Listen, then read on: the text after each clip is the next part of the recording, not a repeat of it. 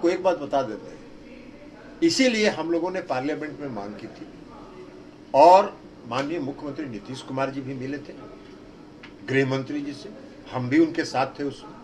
उन्होंने ये कहा था कि 1931 के बाद इस देश में जातीय जनगणना नहीं हुई और एक बार यह जानना जरूरी है, अगर आप देश का विकास चाहते हैं तो एक बार यह जानना जरूरी है कि समाज में कौन सी जाति, किस समाज के लोग कितने पीछे हैं, तो यह जानने के लिए भी आवश्यक है। नहीं माना भारत सरकार और जब भारत सरकार ने नहीं स्वीकार किया तब बिहार ने जाति आधारित गणना कराई, क्योंकि जनगणना कराने का अधिकार राज्य को नहीं है, इसलिए सरकार ने गणना कराई।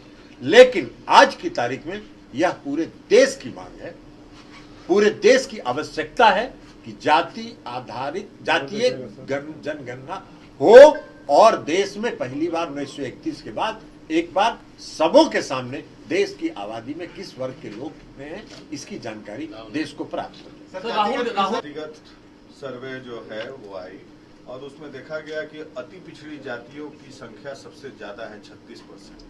और नीतीश कुमार जो है मुख्यमंत्री जी, उन्होंने अति पिछड़ी जातियों के लिए काफी काम किया, तो इसमें आगे और क्या करने जा रहे हैं आप लोग, प्रोग्राम्स एंड पॉलिसी अति पिछड़ी जातियों के लिए खासकर?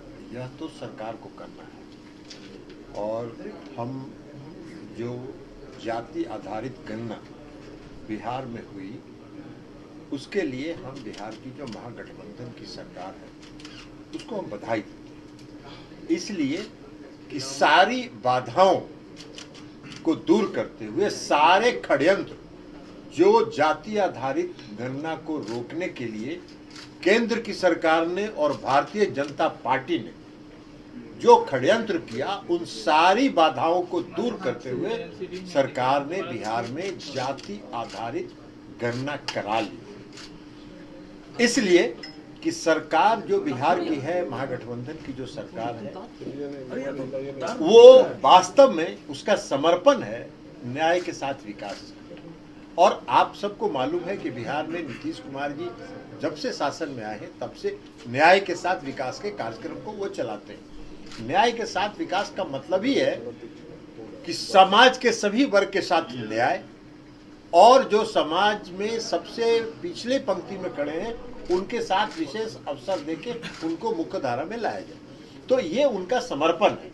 और हम समझते हैं कि इस जाति आधारित गणना के बाद बिहार की सरकार अति पिछड़े वर्ग के लोगों के लिए जो भी मुख्य धारा में समाज में लाने में उसके लिए जो प्रयास करना होगा जरूर करेगी। लेकिन जो दुमुहा साहब के लोग हैं उनका भी आज हमने बयान देखा है। माननीय श्री सुशील कुमार मोदी जी जो छपास रोग से ग्रस्त रहते हैं, उनका भी बयान हमने देखा है। वो कह रहे थे कि तो हम ही लोग थे सरकार में तब ना हुआ। अरे पूरा बिहार जान रहा है कि प्रधानमंत्री से प्रतिनिधि मंडल मिलने में 1 महीने का विलंब हुआ क्योंकि आप उसमें शामिल ही नहीं होना चाहते थे। और जब बिहार के मुख्यमंत्री ने तय कर दिया कि अब कोई आए चाहे नहीं आए हम तो करेंगे, तब आप मजबूरी में आए। लेकिन उसको रोकने के लिए जो हाई कोर्ट में और सुप्रीम कोर्ट में आपने षड्यंत्र किया, आत्मचिंतन करिए जरा, अपने गिरेबान में झांक के देखिए। अति पिछड़े वर्ग के लोगों के और पिछड़े वर्ग के लोगों के सामने भारतीय जनता पार्टी का चेहरा उजागर हो चुका है, वो बेनकाब हो चुका है। सर, अब दूसरे स्टेट पत्रकारों को घर सुबह से रेड चल रहे हैं, लैपटॉप और हम लोग तो लगातार कर रहे हैं। हम आज भी आपको भी कह रहे हैं, हम आपको कोई दोष नहीं देते हैं। आपका जो मैनेजमेंट है वह प्रोड्यूसर डायरेक्टर जो इस मीडिया के अभी बने हुए इस देश के माननीय गृह मंत्री जी उनके नियंत्रण में है। और ये सब डराने धमकाने के लिए ये सब किया जाता है। बीच बीच में बीबीसी में रेड हुआ था कि नहीं हुआ था? क्यों हुआ था रेड? भाई आप मोदी जी तो इमरजेंसी के दौरान और बाद में बड़ा तारीफ करते थे सब लोग बीबीसी का, बड़ा निष्पक्ष है।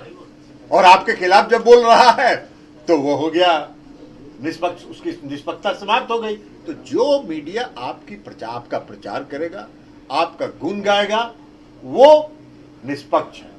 और जो आपका प्रचार नहीं करेगा, आपकी आलोचना करेगा, उसके यहाँ छापा मरवाइएगा, सीबीआई का, ईडी का, इनकम टैक्स का, और उसको भयभीत करने का प्रयास करिएगा। यह भी भयभीत करने का एक प्रयास है, ये प्रयास सफल नहीं होगा। अब 24 बहुत नजदीक है, इनकी विदाई तय है। सर एक छोटा सर, बिहार से आपकी पार्टी में बड़ी टूट होने वाली है, ये आपको विलय करना बिल्ली के भाग से सिक्का टूटता है? बिलाई के भाग से सिक्का नहीं टूटेगा। सुशील मोदी जी को कहिए मगन रहे, अपना पीठ थपथपाते रहे, और भारतीय जनता पार्टी अगर खुश हो जाए तो 2024 में उनको दे दे। राहुल गांधी जो कह रहे थे, देखिए सभी करेंगे, देश की मांग है। हमने बताया कि यह देश की आवश्यकता है और देश की मांग भी है। हर राज्य में यह मांग उठ रही है। लेकिन इस जो केंद्र की सरकार है, नरेंद्र मोदी जी की सरकार है, उसको समर्पण से और किसी वर्ग के उत्थान से कोई लेना देना नहीं। आप एक बात बताइए कि जिसको समर्पण होता है वो करता है ना जी। महिला आरक्षण संसद में और विधानसभा में आप तो लागू करिएगा 10 साल के बाद। तो आज ये विशेष समारोह आयोजित करके इतना बड़ा इवेंट ऑर्गेनाइज करके करने की क्या जरूरत थी? तो नवंबर दिसंबर में जब मानसून थी, विंटर सेशन होता, तो आप ले आते बिल। तो इनको करना कुछ नहीं रहता है, ये प्रचार में अपना इनकी रुचि रहती है, वो प्रचार करेंगे। उसका इवेंट मैनेजर, हम तो कहते हैं आजकल इस देश के प्रधान सेवक अब प्रधान इवेंट मैनेजर हो गए हैं, तो इसलिए इवेंट मैनेज करते हैं। सर उर्मिला